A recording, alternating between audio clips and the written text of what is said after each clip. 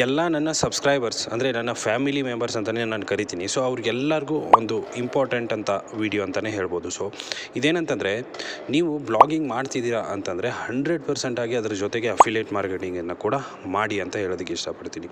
ಯಾಕೆ ಅಂತೀರಾ?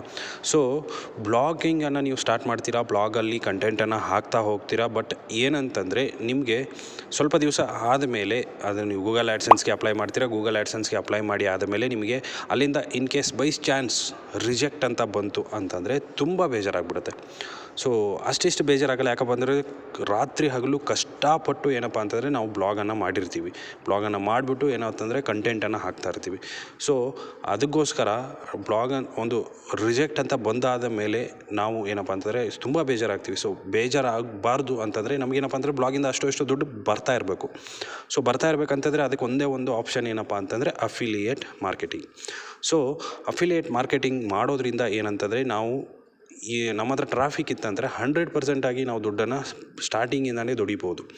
ಸೊ ಅದಕ್ಕೋಸ್ಕರ ಅಫಿಲಿಯೇಟ್ ಮಾರ್ಕೆಟಿಂಗ್ ಅನ್ನೋದು ತುಂಬ ಒಂದು ಇಂಪಾರ್ಟೆಂಟ್ ಆಗಿರೋವಂಥ ಒಂದು ಪ್ಲ್ಯಾಟ್ಫಾರ್ಮ್. ಸೊ ಅದ್ರ ಬಗ್ಗೆ ಕಂಪ್ಲೀಟ್ ಡೀಟೇಲಾಗಿ ನಾನು ನಿಮಗೆ ಎಕ್ಸ್ಪ್ಲೈನ್ ಮಾಡ್ತೀನಿ. ಸೊ ಬ್ಲಾಗಲ್ಲಿ ಯಾವ ಥರ ಇನ್ಕ್ಲೂಡ್ ಮಾಡಬೇಕು, ಅದೇ ರೀತಿ ಬ್ಲಾಗಲ್ಲಿ ನಾವು ಕಂಟೆಂಟನ್ನು ಹಾಕ್ತೀವಿ. ಸೊ ಕಂಟೆಂಟ್ ಜೊತೆಗೆ ನಮ್ಮ ಒಂದು ಅಫಿಲಿಯೇಟ್ ಲಿಂಕ್ಗಳನ್ನು ಕೂಡ ನಾವು ಯಾವ ಥರ ಶೇರ್ ಮಾಡಬೇಕು, ಏನು ಕಂಪ್ಲೀಟ್ ಡೀಟೇಲಾಗಿ ಎಕ್ಸ್ಪ್ಲೈನ್ ಮಾಡ್ತೀನಿ. ವೀಡಿಯೋನ ಕೊನೆವರೆಗೂ ನೋಡಿ. ಅದೇ ರೀತಿ ಚಾನಲ್ಗೆ ಹೊಸದಾಗಿರೋ ದಯವಿಟ್ಟು ಸಬ್ಸ್ಕ್ರೈಬ್ ಮಾಡೋದನ್ನು ಮರಿಬೇಡಿ. ಸೊ ಇವಾಗ ಮೊದಲಿಗೆ ನಾವು ಬ್ಲಾಗನ್ನು ಬರಿತಾ ಇರ್ತೀವಿ. ಸೊ ಬ್ಲಾಗಲ್ಲಿ ಟೈಟಲ್ ಹಾಕ್ತೀವಿ, ಇಂಟ್ರೊಡಕ್ಷನ್ ಹಾಕ್ತೀವಿ, ಕಂಪ್ಲೀಟ್ ಬಾಡಿ ಹಾಕ್ತೀವಿ. ಅದಾದ ಮೇಲೆ ಕೆಳಗಡೆ ಕನ್ಕ್ಲೂಷನ್ ಹಾಕ್ಬಿಟ್ಟು ಸಮ್ SEO ಟಿಪ್ಸನ್ನು ಫಾಲೋ ಮಾಡಿಕೊಂಡು ಏನು ಮಾಡ್ತೀವಿ, ಪಬ್ಲಿಷ್ ಮಾಡಿಬಿಡ್ತೀವಿ. ಸೊ ಇದೇನಂತಂದರೆ ನಮ್ಮ ಬ್ಲಾಗ್ ಹಾಕುವಂಥ ಒಂದು ಇದಂತು. ಸೊ ಅದರಲ್ಲಿ ಫೀಚರ್ ಇಮೇಜ್ ಕೂಡ ಹಾಕ್ತೀವಿ, ಮರ್ತಿದ್ದೀನಿ. ಸೊ ಅದೆಲ್ಲ ಹಾಕಿ ಏನು ಮಾಡ್ತೀವಪ್ಪ ಅಂದರೆ ಪಬ್ಲಿಷ್ ಮಾಡ್ತೀವಿ. ಸೊ ಅದರಲ್ಲಿ ನಮಗೆ internal link, outside link, so ಇವೆಲ್ಲ ಬೇಕಾಗುತ್ತೆ.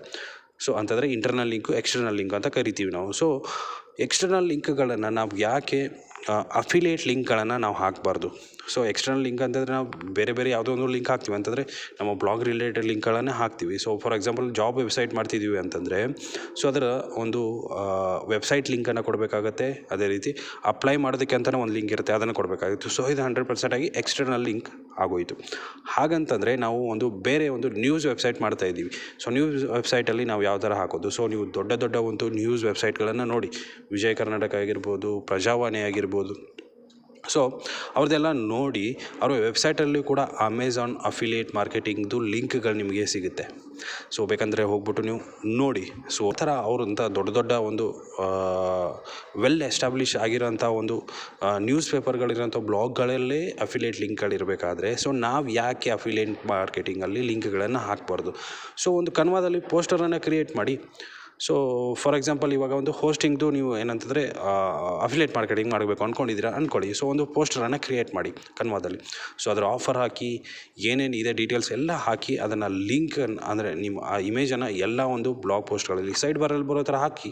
ಸೈಡ್ ಬಾರಲ್ಲಿ ಬರೋ ಥರ ಹಾಕ್ಬಿಟ್ಟು ಏನು ಮಾಡ್ಬೋದು ಅಂತಂದರೆ, ನೀವು ಅದಕ್ಕೆ ಲಿಂಕನ್ನು ಕೊಟ್ಬಿಡಿ. ಸೊ ಇನ್ ಕೇಸ್ ಯಾರಾದರೂ ಇಷ್ಟ ಆಯ್ತು ಅಂದರೆ ಕ್ಲಿಕ್ ಮಾಡ್ತಾರೆ, ಬೈ ಮಾಡ್ತಾರೆ. ಸೊ 100% ಆಗಿ. ಸೊ ಅದೇ ರೀತಿಯಾಗಿ ಆಫರ್ಸ್ಗಳಿರುತ್ತೆ ಅಮೆಝಾನಲ್ಲಿ. ಸೊ ಆಫರ್ಸ್ಗಳ ಒಂದು ಪೋಸ್ಟರ್ಸ್ಗಳನ್ನು ಕ್ರಿಯೇಟ್ ಮಾಡಿ. ಸೊ ಪೋಸ್ಟರ್ಸ್ಗಳನ್ನ ಕ್ರಿಯೇಟ್ ಮಾಡಿಕೊಂಡು ಹಾಕಿ. ಚೆನ್ನಾಗಿ ಅನ್ನಿಸ್ತಾ ಕ್ಲಿಕ್ ಆದರೂ ಮಾಡ್ತಾರೆ. ಸೊ ಒಂದು ಸಾರಿ ಕ್ಲಿಕ್ ಮಾಡಿದ್ರೆ ಅಂತಂದರೆ ಅಲ್ಲಿ ಹೋದಂಗೆ. ಸೊ ಅಲ್ಲಿಗೆ ಹೋದಾದಮೇಲೆ ಬೇರೆ ಪ್ರಾಡಕ್ಟ್ ಆದರೂ ಪರ್ಚೇಸ್ ಮಾಡಿ, ಏನಾದರೂ ಮಾಡಲಿ. ಸೊ 19 ದಿವಸ ಏನೋ ಅದರದ್ದು ಇರುತ್ತೆ. ಸೊ ಪರ್ಚೇಸ್ ಮಾಡ್ತಾರಪ್ಪ ಅಂತಂದರೆ ಅದರ ಕಮಿಷನ್ ನಮಗೆ ಬಂದೇ ಬರುತ್ತೆ 100% ಆಗಿ. ಸೊ ಯಾಕೆ ನಾವು ಈ ಥರ ಮಾಡಬಾರ್ದು? ಸೊ ಬ್ಲಾಗಿಂಗ್ ಅಂದರೆ ಗೂಗಲ್ ಆ್ಯಡ್ಸೆನ್ಸ್ ಅಲ್ಲೇ ನಾವು ಪ್ಲ್ಯಾನ್ ಮಾಡಬೇಕು. ಗೂಗಲ್ ಆ್ಯಡ್ಸೆನ್ಸ್ ಕೊಡೋದು ಯಾಕಂತಂದರೆ ಲೈಫ್ ಟೈಮ್ ದುಡ್ಡು ಬರಬೇಕಂತಂದರೆ ನಾವು ಅದೇ ಥರ ಮಾಡಬೇಕು. ಬಟ್ ಏನಂತಂದರೆ ಗೂಗಲ್ ಆ್ಯಡ್ಸೆನ್ಸ್ ಕಡೆಗಿಂತನೂ ನಾವು ಅಫಿಲಿಯೇಟ್ ಮಾರ್ಕೆಟಿಂಗ್ ಒಂದು ಇದು ಮಾಡಿದ್ವಿ ಅಂತಂದರೆ, ಅಫಿಲಿಯೇಟ್ ಮಾರ್ಕೆಟಿಂಗಿಂದ ಎಷ್ಟು ದುಡ್ಡು ಬರುತ್ತೆ ನೋಡಿ, ಅಷ್ಟು ಗೂಗಲ್ ಆ್ಯಡ್ಸೆನ್ಸಿಂದ ಬರೋಲ್ಲ. ಸೊ ನಿಮಗೆ ಫ್ಯೂಚರಲ್ಲಿ ಹೋಗ್ತಾ ಗೊತ್ತಾಗ್ಬಿಡುತ್ತೆ. ಸೊ ಅದಕ್ಕೋಸ್ಕರ ನೀವು ಏನು ಮಾಡಿ ಅಂತಂದರೆ, ಇನ್ಕ್ಲೂಡ್ ಮಾಡಿ ಅಫಿಲಿಯೇಟ್ ಲಿಂಕ್ಗಳನ್ನು. ಸೊ ಪೋಸ್ಟರ್ಸ್ಗಳನ್ನು ಕ್ರಿಯೇಟ್ ಮಾಡಿ ಸೈಡ್ ಬಾರ್ಗಳಲ್ಲಿ ಹಾಕಿರಿ. ಸೊ ತುಂಬ ಬೆಸ್ಟ್ ಒಂದು ಹೇಳ್ಬೋದು. ಯಾಕಂತಂದರೆ ದುಡ್ಡು ಮಾಡೋದು ಗೂಗಲ್ ಆ್ಯಡ್ಸೆನ್ಸ್ ಕಡೆಯಿಂದ ಅಷ್ಟೇ ಅಲ್ಲದೆ ಅಫಿಲಿಯೇಟ್ ಲಿಂಕ್ಗಳಿಂದ ಕೂಡ ನಾವು ಮಾಡ್ಬೋದು. ಸೊ ಈ ರೀತಿಯಾದಂಥ ಒಂದು ಪ್ರೊಸೆಸನ್ನು ಫಾಲೋ ಮಾಡಿ.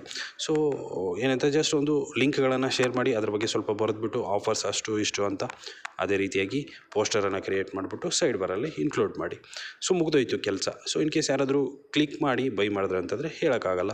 ಅದೇ ರೀತಿ ನೀವು ಇನ್ ಕೇಸ್ ಏನಾದರೂ ರೀಲ್ಸ್ ಮಾಡ್ತಾಯಿದ್ದೀರಾ ಇಲ್ಲ ಅಂತಂದರೆ ಯೂಟ್ಯೂಬಲ್ಲಿ ವೀಡಿಯೋಸ್ ಮಾಡ್ತಿದ್ದೀರಾ ನಿಮ್ಮ ಬ್ಲಾಗ್ ರಿಲೇಟೆಡಲ್ಲಿ ಅಂತ, ಅಲ್ಲೂ ಕೂಡ ನೀವು ಸ್ವಲ್ಪ ಎಕ್ಸ್ಪ್ಲೇನ್ ಮಾಡಿ.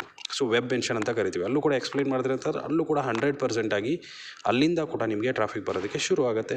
ಸೊ ಇದರಿಂದ ಏನಾಗುತ್ತಪ್ಪ ಅಂತಂದರೆ ನಿಮಗೆ ದುಡ್ಡು ಆಗುತ್ತೆ, ಟ್ರಾಫಿಕ್ಕು ಶುರು ಆಗುತ್ತೆ, ಗೂಗಲ್ ಆ್ಯಡ್ಸೆನ್ಸ್ಗೂ ಅಪ್ರೂವ್ನು ಕೂಡ ಸಿಗುತ್ತೆ. ಸೊ ಇದೊಂದು ಬೆಸ್ಟ್ ಆಪ್ಷನ್ಸ್ ಅಂತಲೇ ನಾನು ನಿಮಗೆ ಹೇಳೋದಕ್ಕೆ ಇಷ್ಟಪಡ್ತೀನಿ. ಸೊ ಇಷ್ಟು ಇವತ್ತಿನ ವೀಡಿಯೋ ಸ್ನೇಹಿತರೆ. ವಿಡಿಯೋ ಇಷ್ಟ ಆಗಿದೆ ಅಂದ್ಕೊಂಡಿದ್ದೀನಿ. ಇಷ್ಟ ಆಗಿದ್ರೆ ಲೈಕ್ ಮಾಡಿ, ಶೇರ್ ಮಾಡಿ, ಸಬ್ಸ್ಕ್ರೈಬ್ ಮಾಡೋದನ್ನು ಮರಿಬೇಡಿ. Thank you so much.